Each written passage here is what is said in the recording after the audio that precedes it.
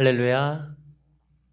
하나님께서 새롭게 은혜 주시는 또 새해 부활의 날을 맞이하였습니다. 우리 함께 사도신경으로 신앙 고백하심으로 2020년 11월 16일 새벽 기도회를 하나님 앞에 함께 드리겠습니다. 전능하사 천지를 만드신 하나님 아버지를 내가 믿사오며 그 외아들 우리 주 예수 그리스도를 믿사오니 이는 성령으로 잉태하사 동정녀 마리아에게 나시고 본디오 빌라도에게 고난을 받으사 십자가에 못 박혀 죽으시고 장사한 지 사흘 만에 죽은 자 가운데서 다시 살아나시며 하늘에 오르사 전능하신 하나님 우편에 앉아 계시다가 저리로서 산자와 죽은 자를 심판하러 오시리라. 성령을 믿사오며 거룩한 공예와 성도가 서로 교통하는 것과 죄를 사하여 주시는 것과 몸이 다시 사는 것과 영원히 사는 것을 믿사옵나이다. 아멘. 아멘. 찬송가 180장입니다. 찬송가 180장.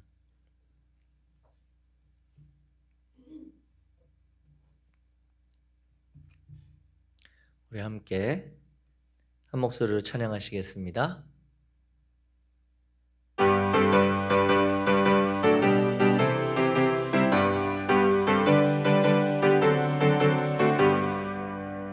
하나님의 나팔 소리 천지 진동할 때에 예수 영광 중에 구름 타시고 전사들을 세계 만국 모든 곳에 보내어 구원받은 성도들을 모으리. 나팔 불 때 나의 이름 나팔 불 때 나의 이름 나팔 불 때 나의 이름 부를 때에 잔치 참여하겠네. 무덤 속에 잠자는 자 그때 다시 일어나 영화로운 부활 승리 얻으리.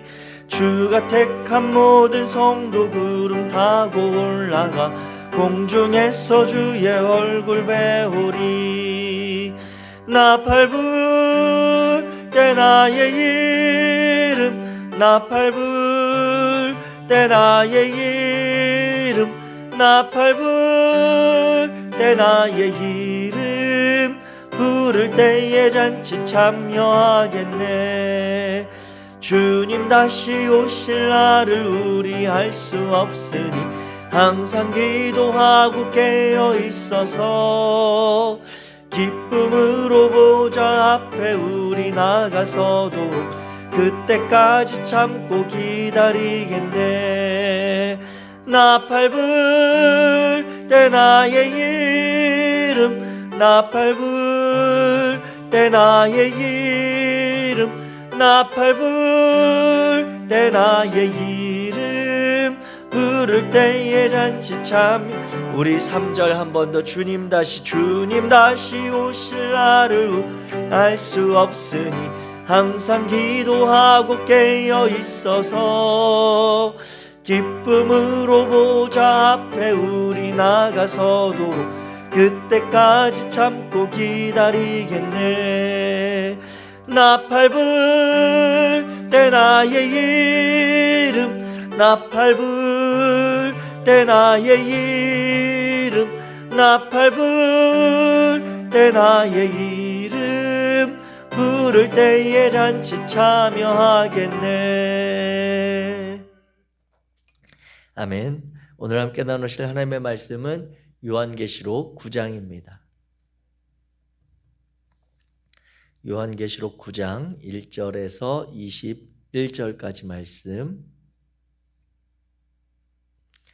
제가 가진 성경으로 신약성경 407페이지입니다.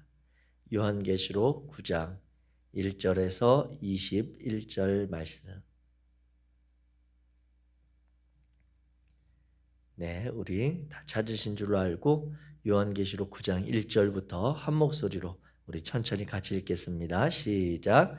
다섯째 천사가 나팔을 불매 내가 보니 하늘에서 땅에 떨어진 별 하나가 있는데 그가 무저갱의 열쇠를 받았더라.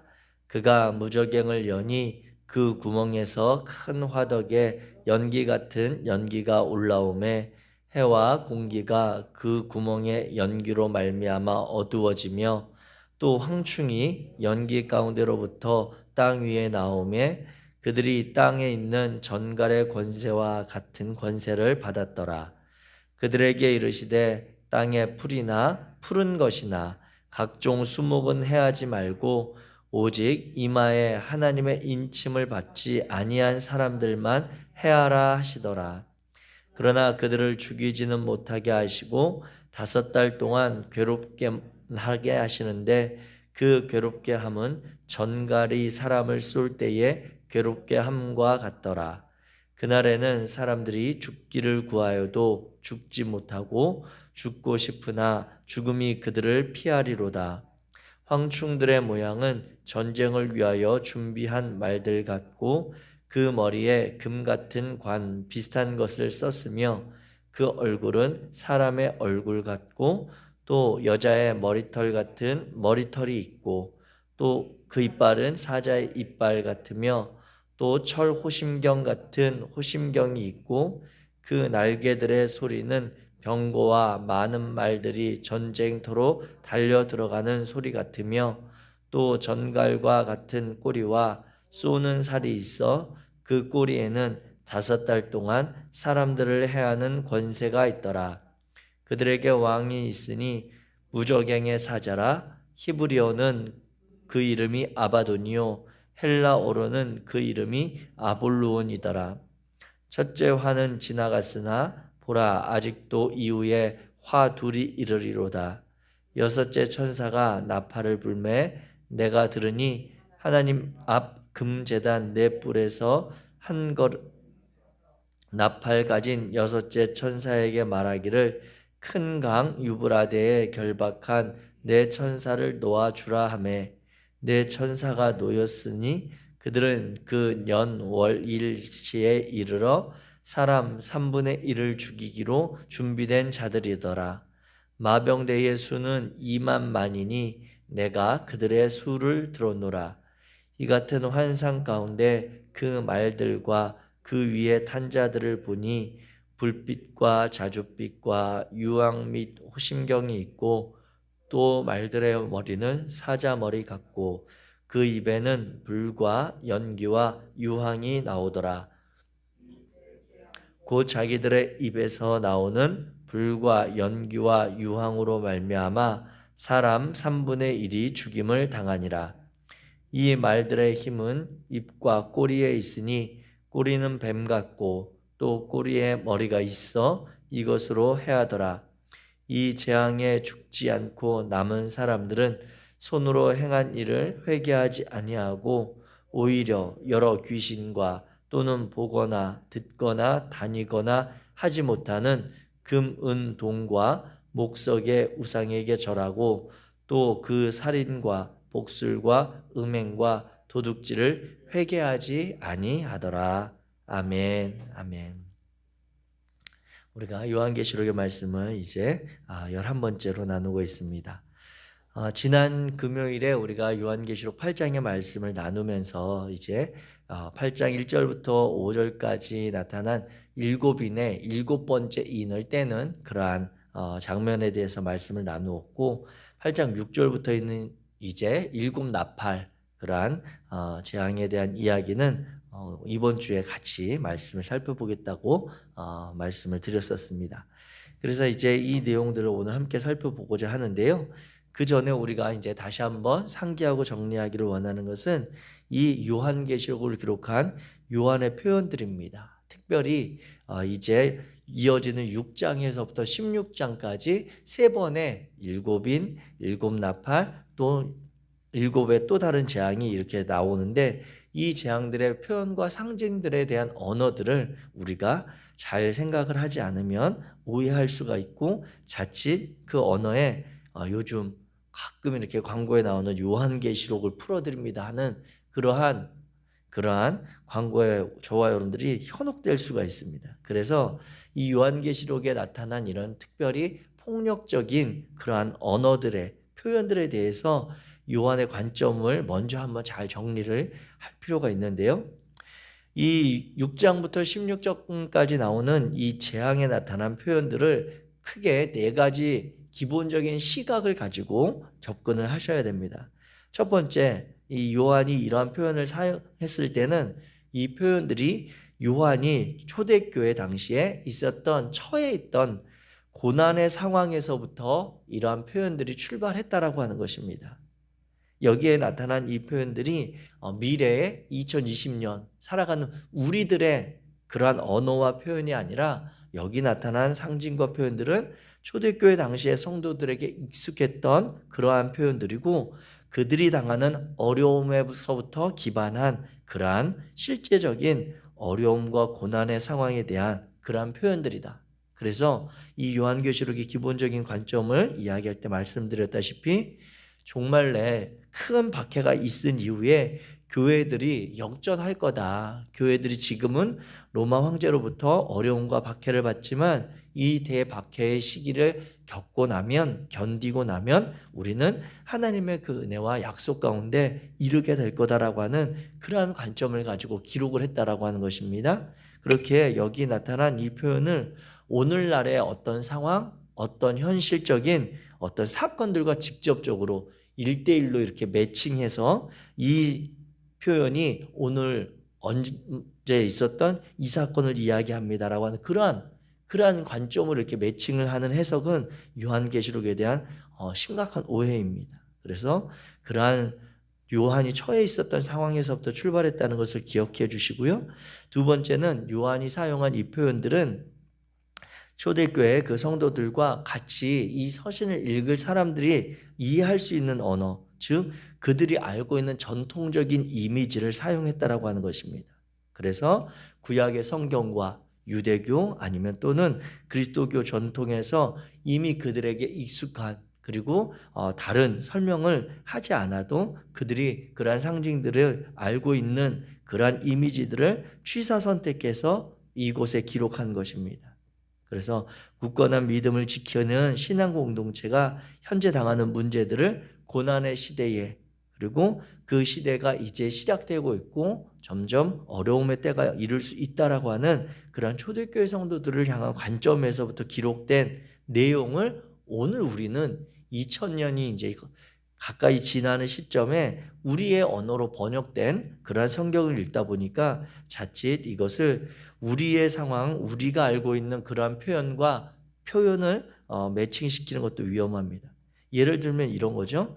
우리나라에서는 우리는 표현할 때 우리 한국의 언어가 얼마나 다양한지 새삼 문득문득 궁금해질 때가 있습니다. 가끔 저희 이제 교육자들이 식사하러 가서 특별한 아주 맛있는 그런 메뉴가 아니어도 식사를 하게 되면 문득 저에게 드는 생각이 이 맛을 외국 사람들은 어떻게 느낄까? 어떻게 표현할까? 이런 거예요. 예를 들면 우리가 해물 칼국수를 먹을 때 그 시원함이 있잖아요.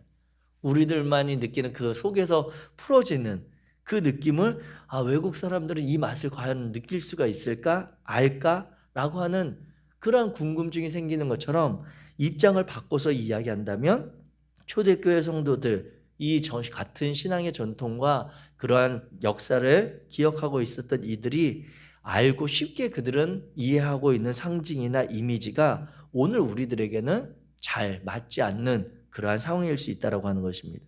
그렇기에 그것을 번역된 그 문자 그대로 오늘 우리의 단어로 이해하시면 어려움을 빠질 수가 있습니다. 세 번째, 이어서 요한이 사용한 언어의 사용은 실제 세계에 대한 실체적인 그러한 표현 아닙니다. 실제 사건하고 매칭시키면 안 되는 것입니다. 그래서 성경에서 이 요한계시록에서 결국 이야기하고 있는 것이 무엇입니까? 하나님에 대한 하나님의 은혜와 하나님의 구원에 대해서 영광을 돌리는 신앙의 공동체의 언어예요. 이것은 우리가 알고 있는 일상의 언어, 어떤 객관적인 사실의 언어가 아니라 신앙의 고백적인 언어이기 때문에 이것들에 대해서도 우리가 분별할 필요가 있습니다. 그래서 이 요한계시록에서 결론적으로 이야기하고 있는 예수 그리스도의 승리라고 하는 그 승리가 무엇입니까? 여기 숱하게 나타나는 전쟁과 박해와 어떤 어둠의 세력들과의 싸움, 이런 것들을 피 흘리는 싸움의 승리가 아니라 예수 그리스도께서 하나님의 공의가 실현되는 것, 그리고 예수 그리스도를 통해 구원이 완성되는 것을 요한계시록에서 승리라고 이야기하는 거거든요. 그렇기 때문에 이것을 전쟁을 해서 이기는 그러한 승리, 싸움을 해서 우리가 이기고 누군가 패하는 이런 승리의 개념들이 아니라고 하는 신앙의 고백적인 언어라고 하는 것들을 이해를 해 주실 필요가 있습니다. 그리고 마지막으로 요한이 사용한 이러한 상징적인 언어들에 대해서 우리는 그 목적이 분명하다.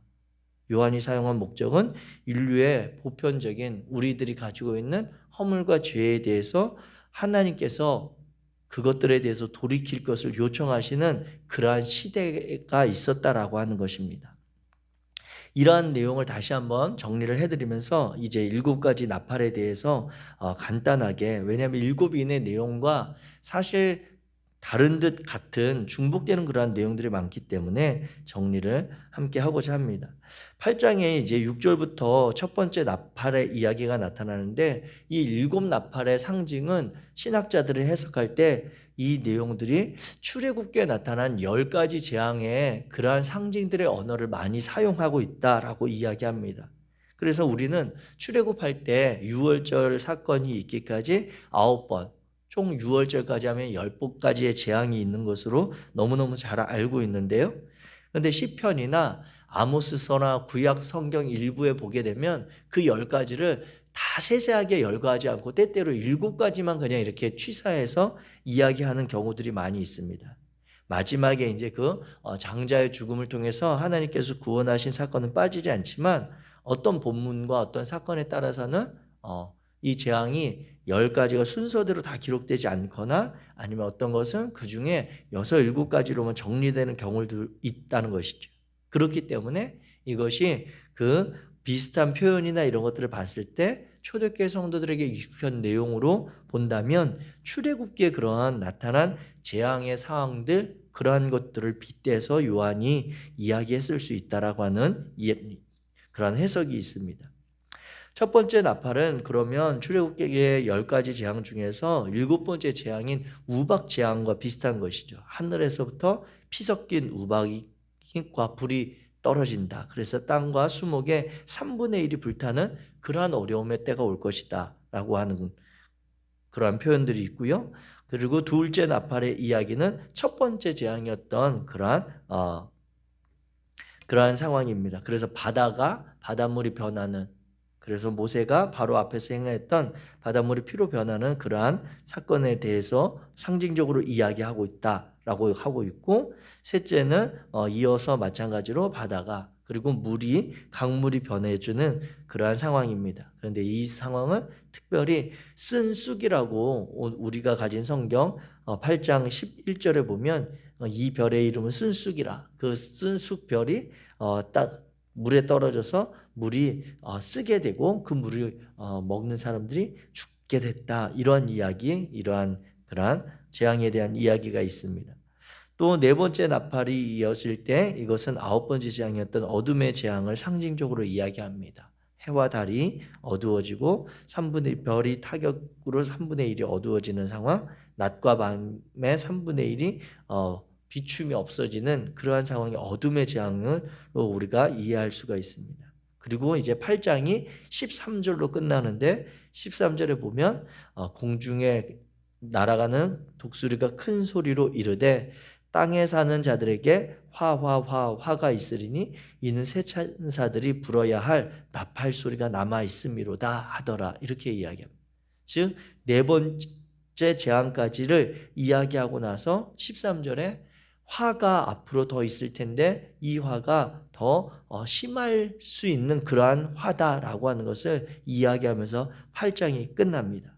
그리고 나서 이제 9장에 들어가면서 5번째 나팔과 6번째 나팔이 나타나고, 그리고 이 6번째 나팔을 끝난 이후에 또 다른 이야기가 나온 이후에 또 건너뛰어서 7번째 나팔에 그런 이야기가 나옵니다.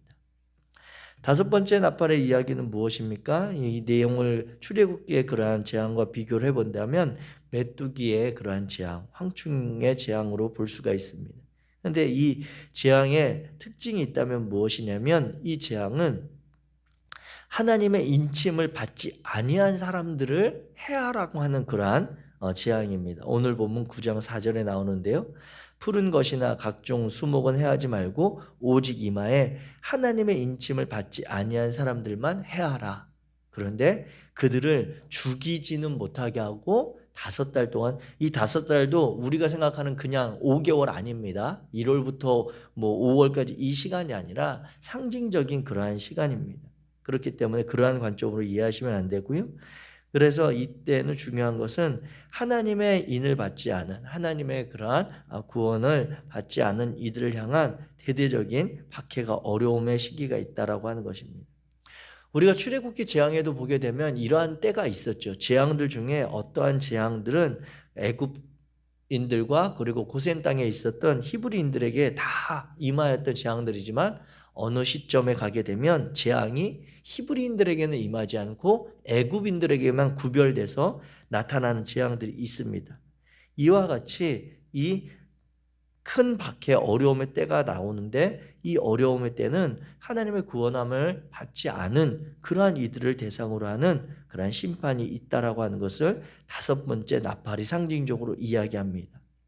그런데 그 5번째 나팔의 내용들은 무엇입니까? 보면 구체적으로 이제 5번째 천사가 나팔을 불며 내가 보니 하늘에서 땅에 떨어진 별 하나가 있는데 그가 무저갱의 열쇠를 받았더라. 이렇게 기록하고 있습니다.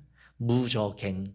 우리의 성경에는 이제 예전 과거의 성경과 다르게 한자어가, 이게 무저갱이 한자어잖아요. 그런데 한자 표기가 다 빠지고 한글만 있다 보니까 무저갱이 아마 우리 주일학교 어린이들이 만약 이 내용을 읽으면 과연 무저갱이라고 하는 단어를 이해할 수 있을까라고 하는 생각을 해볼 정도로 어려운 단어입니다. 무저갱, 없을무, 그 다음에 낮을처, 그 다음에 갱이, 구멍, 굴, 이러한 갱이겠죠. 그래서 원래 이 뜻으로 한다면 이 무저갱은 옛날 성경이나 이런 헬라어에 보게 되면 아비소스라고 하는 헬라어로 표기를 하는데 밑바닥이 없는 깊은 곳이다. 즉 바닥이 없는 무저갱, 그 단어로 표현되고 있다라고 하는 것입니다. 이 무저갱이라고 하는 단어는 구약과 그리고 요한계시록 뒷부분에 가게 되면 그곳은 사탄이 가두어져 있었던 곳이다라고 하는 그러한 이야기입니다. 그런데 그 표현과 상징으로 우리가 이해를 한다면 무저갱의 열쇠를 받았고 그 무저갱이 2절에 보면 열린다라고 하는 것이죠. 무저갱이 열리면서 그곳에서부터 화덕의 연기 같은 연기가 올라오면서 그 연기가 해와 공기가 다 어둡게 하고 그 가운데 황충이 나타나서 황충이 전갈의 권세를 맡아서 그때부터 하나님께 인침받지 않은 사람들을 괴롭게 하는 때가 올 거다라고 하는 그러한 이야기가 5번째 나팔입니다. 즉 다시 말하면 이 무저갱에서 올라온 이 황충은 우리가 보면 악의 세력을 더 심판하는 더 큰 악의 세력들이 나타나는 거예요. 그런데 이 세력이 그러면 악의 세력만 공격하니까 우리에게는, 믿는 자들에게는 좋은 것, 기쁜 일이냐? 그렇지 않더라고요. 우리들에게도 동일한 두려움과 불안감을 주는 그런 존재, 그러한 그들의 왕과 같은 존재들이 나타나는데 그 왕의 존재가 11절에 보면 히브리어로는 아바돈이요, 헬라어로는 아볼루온이라고 하는 멸망을 시키는 자, 그리고 또 죽은 자들의 그러한 심판을 하는 자, 이런 존재가 올라온다라고 하는 것이죠. 그러니까 이 5번째 나팔이 불려질 때라고 하는 것은 사실 상징적인 표현이긴 하지만 심각한 그러한 박해와 어려움의 때를 이야기하고 있습니다. 6번째 보게 되면 6번째 나팔이 울렸을 때 이때는 이제 로마 상황 가운데서 이것은 이 파르티아, 파르티아 군대에 대한 그런 두려움이 있었는데 이 파르티아 군대가 역사적으로 로마가 정복하지 못한 그러한 유일한 군대였다라고 하는 것입니다. 그리고 그들은 기마 병력이 많았고 그 기마 병력을 중심으로 해서 로마의 군대에 대항해서 잘 버텨냈던 그들에 대한 두려움들, 그렇게 상징되고 있는 여섯 번째 나팔의 이야기가 있습니다. 그리고 16절에 보게 되면 마병대의 수가 2만 만이니 이렇게 돼 있잖아요. 이 2만 만이라고 하는 건 2만 곱하기 만 하면 2억을 이야기하는데, 그 당시에 2억의 마병이 있었을까라고 하는 그런 의문이 있습니다. 그렇기 때문에 이런 것들은 사실 상징적인 언어로 그 수가, 그 마병이 그렇게 많아서 로마가 정복하지 못했던 존재들이었다라고 하는 것을 표현하고 있는 그러한 내용입니다. 이와 같이 사실 8장, 9장 이제 이어지는 내용들을 보면 이 상징적인 내용들이고 이것들에 대해서 의미나 뜻을 우리 성도님들과 나누기는 쉽지만 그것을 우리에게 실제로 적용하는 데는 많은 어려움이 있습니다. 그런데 하나님께서 우리에게 주시는 그 곳곳에 이러한 사건들을 대하는 사람들 아니면 성도들에 대한 삶의 모습들이 나타나고 있습니다. 오늘 본문에도 보게 되면 9장 20절 21절을 보면 이와 같이 여섯 번째 나팔이 울려질 때까지, 그리고 그 상황 가운데서 남은 사람들이 있다라고 하는 것입니다. 그런데 그들에 대해서 어떻게 이야기합니까? 우리 20절 21절만 같이 한번 읽겠습니다. 9장 20절부터 시작.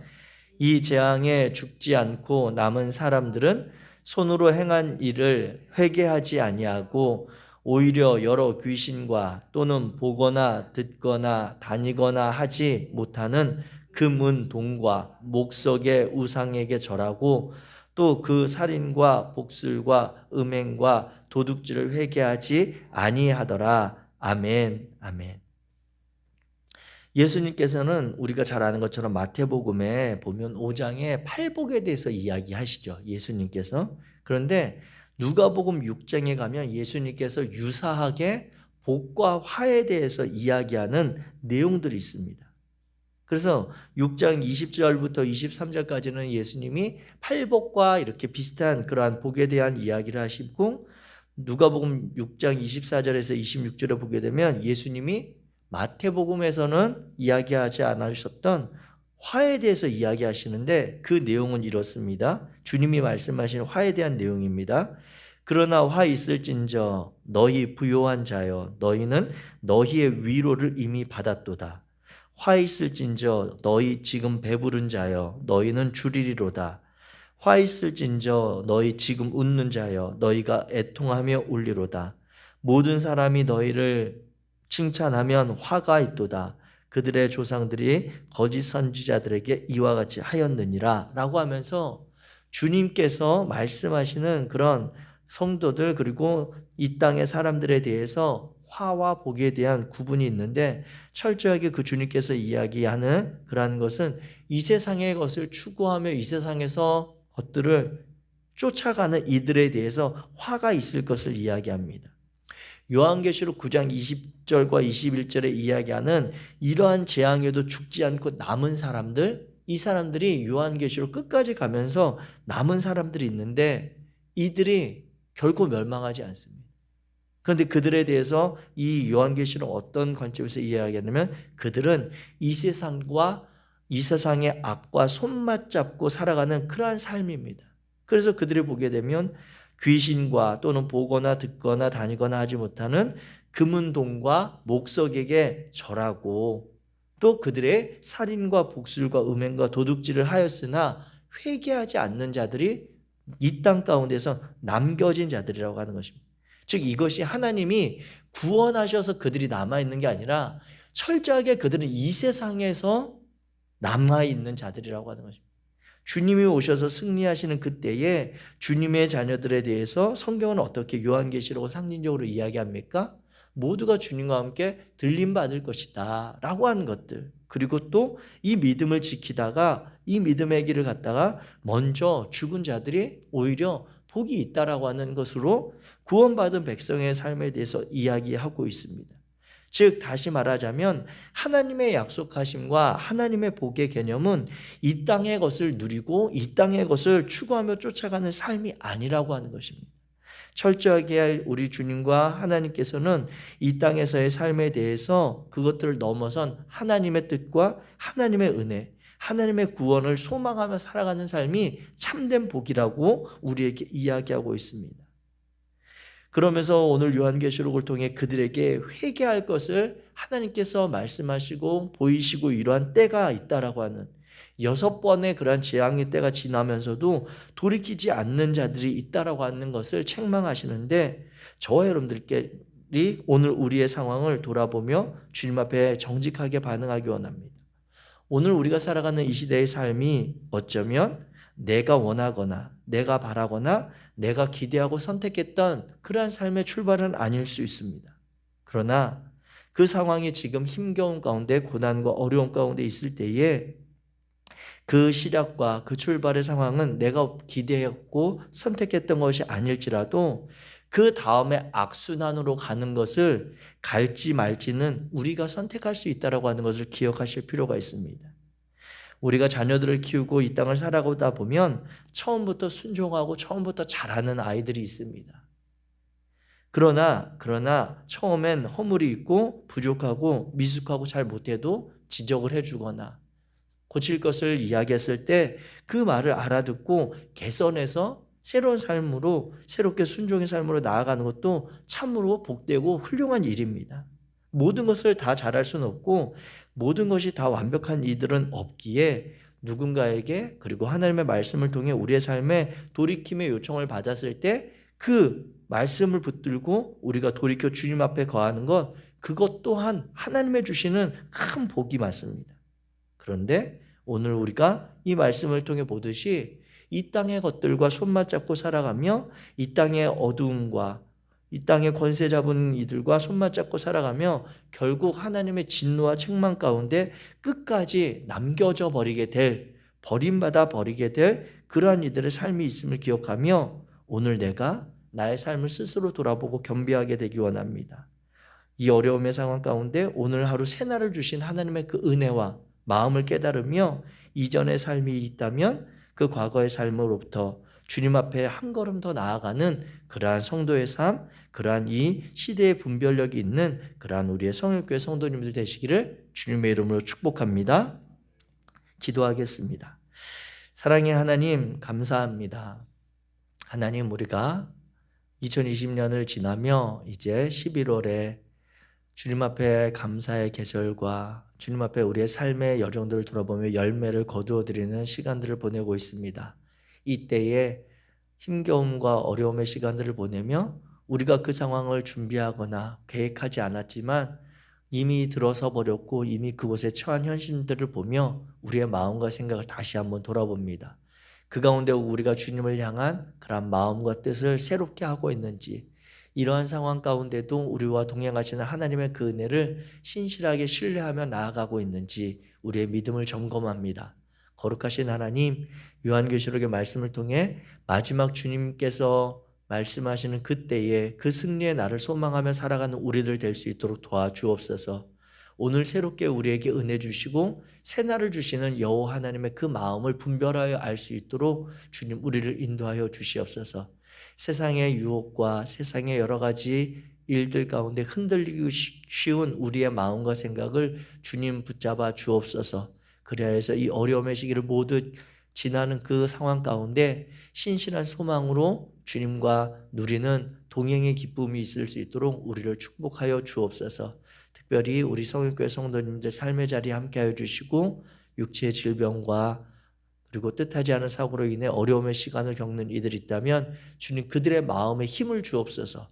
육체의 강건함을 주시고 하나님께서 그 일들을 통해 잠시 쉬어가더라도 새로운 일들을 준비하고 계획할 수 있도록 도와주옵소서. 우리에게 닥쳐진 상황과 현실 가운데 우리가 주님 붙들고 새롭게 일어설 수 있는 믿음과 그러한 용기가 있을 수 있도록 주님 우리를 인도하여 주옵소서. 세상 끝날까지 내가 너와 함께 하겠다라고 하셨던 주님의 그 약속을 신실하게 붙드는 그러한 우리의 믿음의 공동체 되어지기 원합니다. 감사의 열매를 거두어 하나님을 기억하고 하나님께서 행하신 일들을 찬양하는 오늘 하루가 될 수 있도록 우리를 인도하여 주옵소서. 청년들과 청소년들, 우리 어린이들에게 함께 하셔서 그들과 함께 이 나라 가운데 이 시대 가운데 주님의 복음을 당당하게 드러내고 그 믿음으로 말미암아 신실한 소망의 길을 살아가는 그러한 세대가 될 수 있도록 주님 인도하여 주시옵소서. 오늘 하루도 우리와 동행하실 하나님을 의지하오며 예수 그리스도 이름으로 기도하였습니다. 하늘에 계신 우리 아버지여, 이름이 거룩히 여김을 받으시오며 나라의 임하옵시며 뜻이 하늘에서 이룬 것 같이 땅에서도 이루어지이다.